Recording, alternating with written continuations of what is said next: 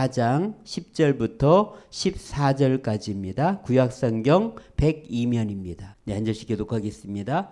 바로가 가까이 올 때 이스라엘 자손이 눈을 들어 본즉 애굽 사람들이 자기들 뒤에 이른지라.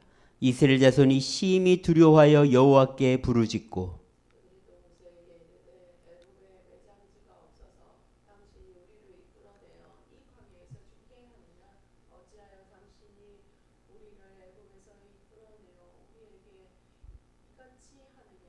우리가 애굽에서 당신에게 이른 말이 이것이 아니냐 이르기를 우리를 내버려 두라. 우리가 애굽 사람을 섬길 것이라 하지 아니하더냐. 애굽 사람을 섬기는 것이 광야에서 죽는 것보다 낫겠노라.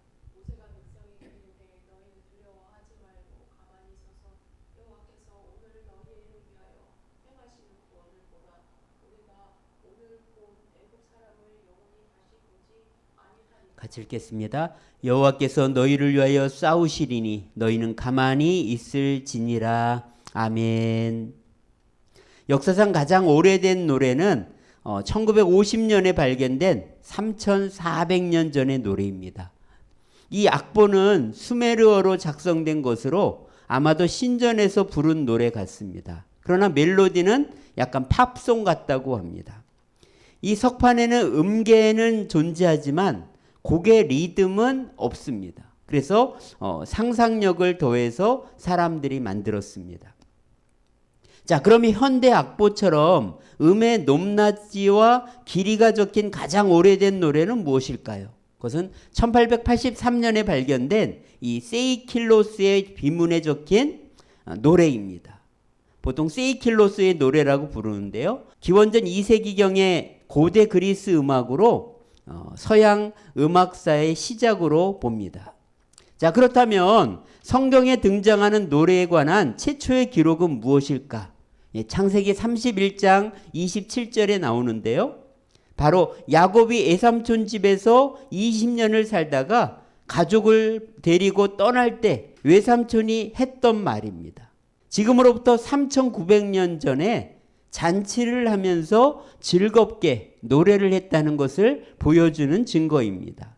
자, 사실 가인의 6대 손인 유발은 수금과 퉁소를 잡는 자의 조상이 되었습니다. 그러니까 지금으로부터 거의 5500년 전에 악기를 치면서 노래를 불렀다는 것을 성경은 이미 말하고 있다는 것입니다. 자, 그렇다면 하나님을 찬양하는 최초의 노래는 언제 불렀을까? 그것은 바로 출애굽하며 홍해 바다를 건넌 후 모세가 부른 노래와 미리암의 화답 노래입니다. 음계만 기록해 놓았다면 역사상 가장 오래된 노래로 인정받았을 텐데 하는 아쉬움이 있습니다.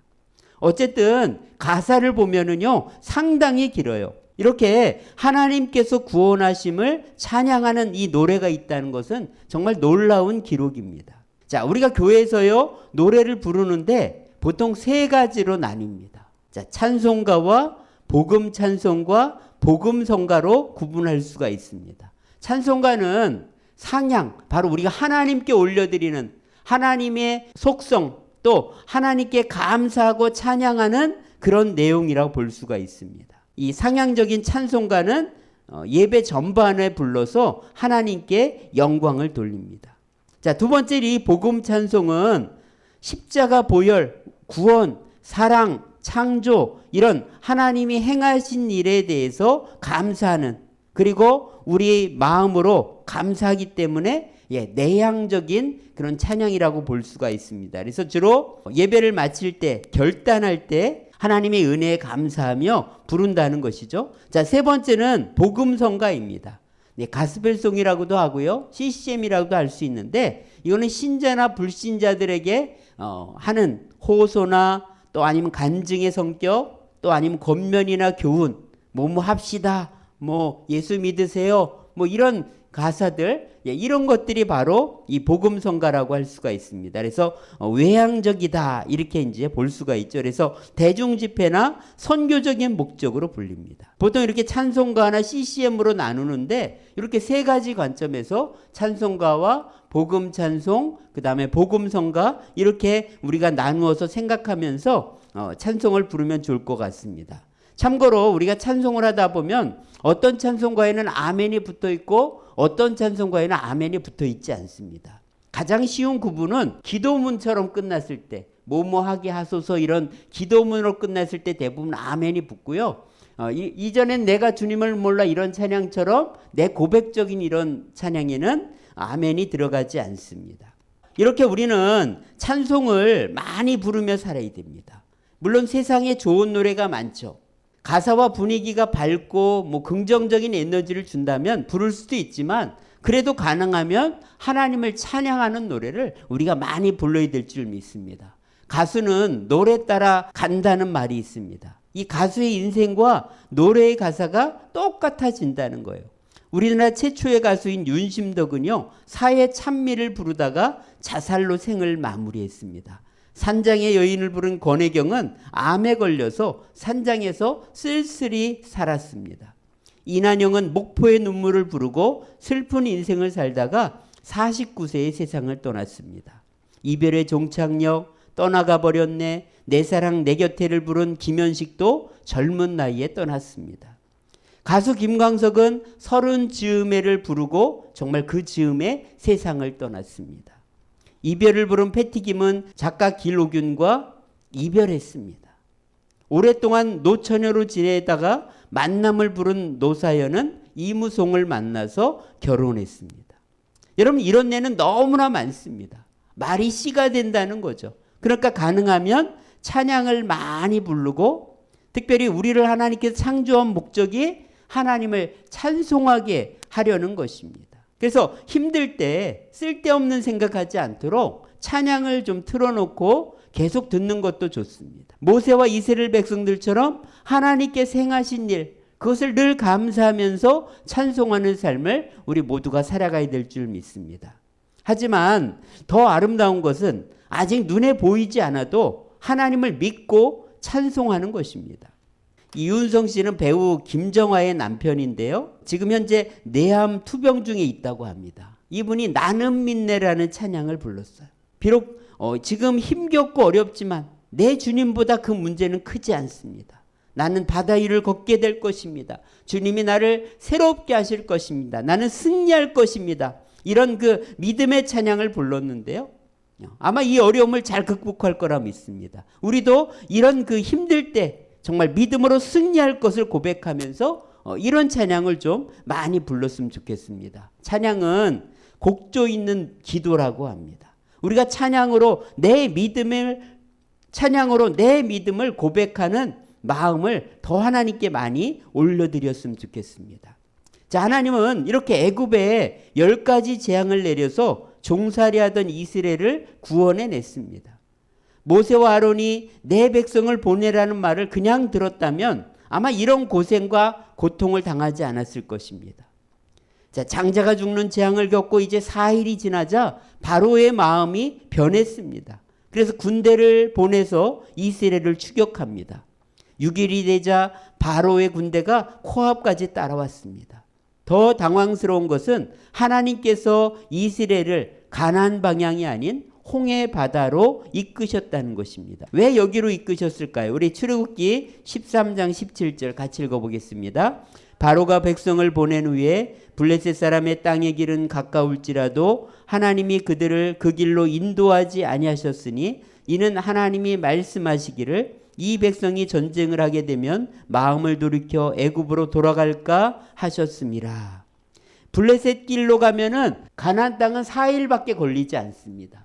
그런데 하나님은 왜 여기로 인도하지 않았냐? 바로 블레셋 사람들과 전쟁하게 되면 마음을 돌이킬 수도 있기 때문에, 그래서 하나님께서는 어디로요? 홍해 바다로 이끄셨습니다. 그래서 14장 2절에 보면 돌이켜 이렇게 말합니다. 하나님은 이스라엘 백성들을 돌이키셔서 홍해 바다로 가게 하셨습니다. 근데 사실 이 일은 완악한 바로에게 자신감을 일으켜줍니다. 이제 너희들은 도간에 갇힌 쥐라는 거죠. 왜? 홍해 바다가 앞에 있는데 이제 너희가 어떻게 하겠느냐는 것입니다. 반면에 하나님은 말씀하십니다. 애굽 사람들이 이 일을 통해서 나를 여호와 하나님으로 알게 될 것이다. 여기서 우리는 하나님의 계획을 알지 못하는 이스라엘의 태도를 한번 살펴볼 필요가 있습니다. 이제 애굽에서 해방되었나 싶었는데 바로가 병거를 이끌고 따라오는 게 보였습니다. 자, 10절 말씀에 보면은요, 처음에는 두려운 나머지 하나님께 부르짖었습니다. 근데 이게 믿음의 표현이었을까요? 아닙니다. 어려움을 당할 때 그냥 무의식적으로 나오는 기도였습니다.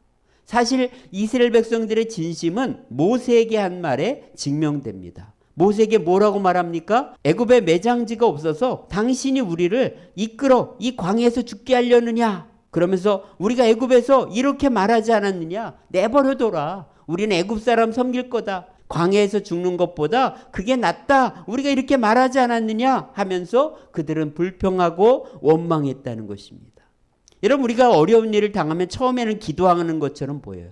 그러나 그게 진심이 아닐 수도 있습니다. 진짜는 사람들에게 내가 하는 말에 담겨 있습니다. 평상시에 하는 말이 진짜 내 생각이고 마음이고 내 믿음이라는 거예요. 그러니까 여러분, 생각나는 대로 말하지 말고 내가 바라고 꿈꾸고 소원하는 것을 말해야 됩니다. 가수가 노래하는 대로 되는 것처럼 내가 말하는 대로 된다는 것을 잊지 말아야 됩니다. 자, 이렇게 말을 막 하는 소리를 들은 모세는요, 짜증을 내거나 화를 내면서 다투지 않습니다. 오늘 말씀해 보면 세 가지로 이야기를 하죠. 첫 번째는요, 두려워하지 말라는 것입니다. 여러분, 하나님을 신뢰하지 못할 때 생기는 감정이 두려움입니다. 애굽에서 10가지 재앙을 내리신 하나님을 봤는데도요, 금방 눈앞에 문제가 생기니까 금방 두려워한다는 것이죠. 여러분, 우리가 하나님의 계획을 잘 알지 못해도 하나님을 신뢰하기로 마음 먹어야 됩니다. 난 하나님을 믿습니다. 이런 믿음의 고백을 드리라는 것입니다. 자, 두 번째는 13절에 보면은요, 가만히 서 있으라고 말하죠. 여러분, 멍하니 서 있으라는 말이 아니고 너의 자리를 지키라는 말입니다. 두려운 사람은 가만히 있지 못하죠. 우왕좌왕합니다. 정신을 못 차립니다. 하나님께서 행하실 구원을 보면서 내 자리를 지키라는 거예요. 하나님이 뭐라고 말씀하시는지 순종할 준비를 하고 있으라는 것입니다. 추격하는 애굽 군대와 출렁거리는 홍해바다를 보지 말고 하나님의 구원을 기대하고 있으라는 그런 뜻이라 볼 수 있죠. 자, 세 번째 14절에 보면 또 가만히 있으라고 말합니다. 여기서 가만히 있으라는 것은 불평하지 말고 혀를 꽉 깨물라, 침묵하라, 그런 의미입니다. 이게 너희가 할 일이라는 거예요. 이렇게 침묵하면서 하나님을 바라보면서 나아갈 때 하나님은 모세를 통해서 이스라엘 자손을 앞으로 가라고 명하셨습니다. 넘실대는 홍해 바다를 향해서 걸어가라는 것입니다. 불가능한 그 현실의 벽을 향해서 도전을 시작하라는 것입니다. 그러자 모세는요, 홍해 바다를 향해서 지팡이를 내밀었고 큰 동풍이 불면서 바닷물은 밤새 물러갔습니다.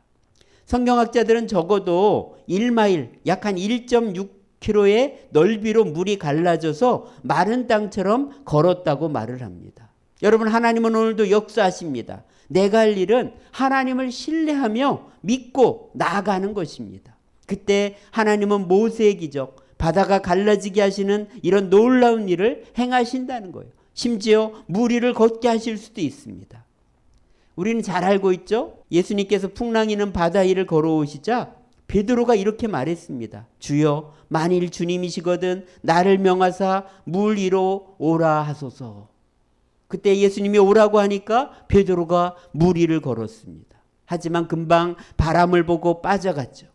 여러분, 하나님은 오늘 우리를 물 위로도 걷게 하시고 물을 갈라지게 함으로 거기를 마른 땅처럼 걷게 하실 수도 있다는 것입니다. 근데 여기서 우리가 기억할 것은요, 하나님은 미리 홍해바다를 다 갈라놓지 않고 믿음으로 갈라진 바다를 계속 걸어가게 하셨다는 거예요. 이스라엘이 한 걸음 한 걸음씩 바닷길을 걸어갈 때 조금씩 바닷길이 점점 갈라졌다고 볼 수 있습니다. 애굽의 10가지 재앙은요, 이스라엘 백성들의 믿음과 상관없이 이루어졌죠. 그러나 이 홍해바다의 기적은 이스라엘 백성들의 믿음과 결부되어서 일어났다는 것입니다. 그들이 두려움을 제거하고 불평을 멈추고 하나님을 신뢰하며 홍해바다를 걸어갈 때 하나님은 점점 그 홍해 바다가 갈라져서 마른 땅으로 건너가게 하셨다는 것입니다. 야고보서 2장 22절 말씀 우리 한번 읽어보겠습니다. 내가 보거니와 믿음이 그의 행함과 함께 일하고 행함으로 믿음이 온전하게 되었느니라. 바로 믿음으로 나아갈 때, 행함으로 나아갈 때 그곳에 하나님께서 함께 역사하신다는 것입니다. 여러분, 이렇게 홍해 기적은 이스라엘을 구원하고 완악한 애굽 군대를 완전히 몰살시켰습니다. 그제서야 애굽 사람들은 하나님만이 여호와인 줄 알게 되었습니다. 사도 바울은 이 사건을 바로 애굽에서 나와서 집단 세례를 받는 장면이라고 말하고 있는 것을 볼 수가 있습니다. 고린도전서 10장 2절 한번 읽어보겠습니다. 모세에게 속하여 다 구름과 바다에서 세례를 받고, 자, 모세를 따라서 함께 이 홍해 바다에서 세례를 받았다는 거예요. 마치 아브라함이 강을 건너서 약속의 땅으로 가는 것처럼 이 홍해 바다는 새로운 출발점이 됩니다.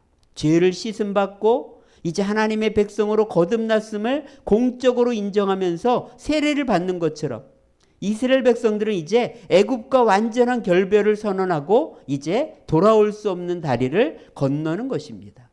세례는 매우 중요합니다. 진짜 교인이 되는 것이죠.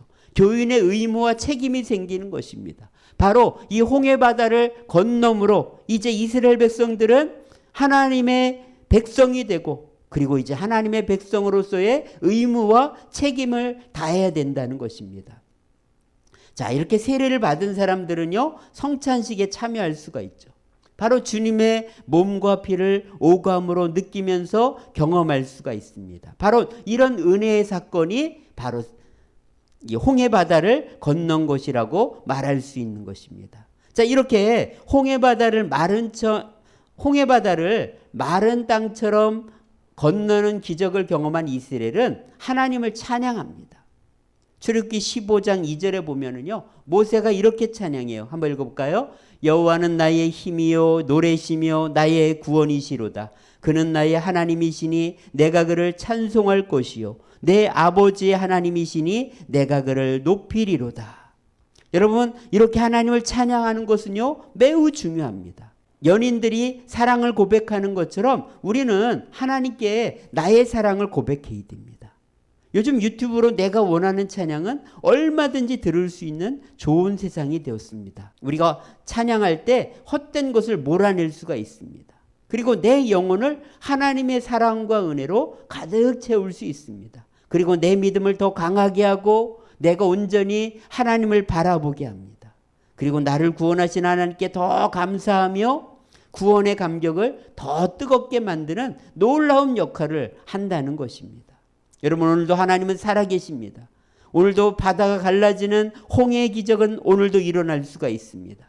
우리가 가만히 있어서 하나님을 신뢰하며 내 자리를 지키며 불평을 멈추고 하나님 행하실 기적을 믿고 나아갈 때 오늘도 우리 앞에 홍해가 갈라지게 될 줄 믿습니다.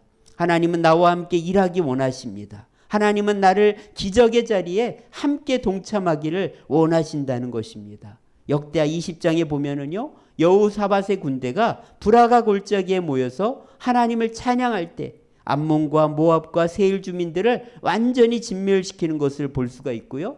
얼마나 전리품을 많이 거뒀는지 3일간 거두었다고 말하고 있습니다. 여러분, 우리가 하나님을 찬양하며 믿음으로 나아갈 때 오늘도 이런 하나님의 구원 역사가 우리의 삶에서도 일어나게 될 줄 믿습니다. 그래서 하나님을 더 많이 찬양하고 높여드리며 믿음으로 나아가는 우리 모두가 되었으면 좋겠습니다.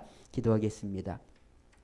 하나님 아버지, 감사합니다. 이스라엘 백성들이 애굽에서 구원받았지만 그러나 홍해바다에서 진정한 구원을 통해서 하나님의 살아계심을 경험하고 또 하나님이 행하실 일을 믿음으로 바라보며 나아가는 그런 아버지 하나님의 훈련의 시간을 가졌습니다. 아버지 하나님, 우리에게도 정말 하나님을 바라보며 하나님을 믿고 신뢰하며 담대히 나아가는 이런 믿음을 우리에게 주시옵소서. 불평하고 원망하지 않게 하시고, 그래서 하나님이 행하신 일 때문에 하나님을 찬양하며 더 하나님께 영광 돌리는 우리 모두의 삶이 되게 하여 주옵소서. 특별히 내 앞에 암담한 현실이 있을지라도 믿음으로 찬양하며 믿음으로 고백하며 나가는 그런 믿음의 용사들이 다 될 수 있도록 도와주시옵소서. 마음과 정성을 다해 드린 우리의 예물을 기쁘게 받아주시고 하늘 창고에 쌓여지게 하시고 우리가 이 땅에 물질론에 어려움 당하지 않도록 도와주시고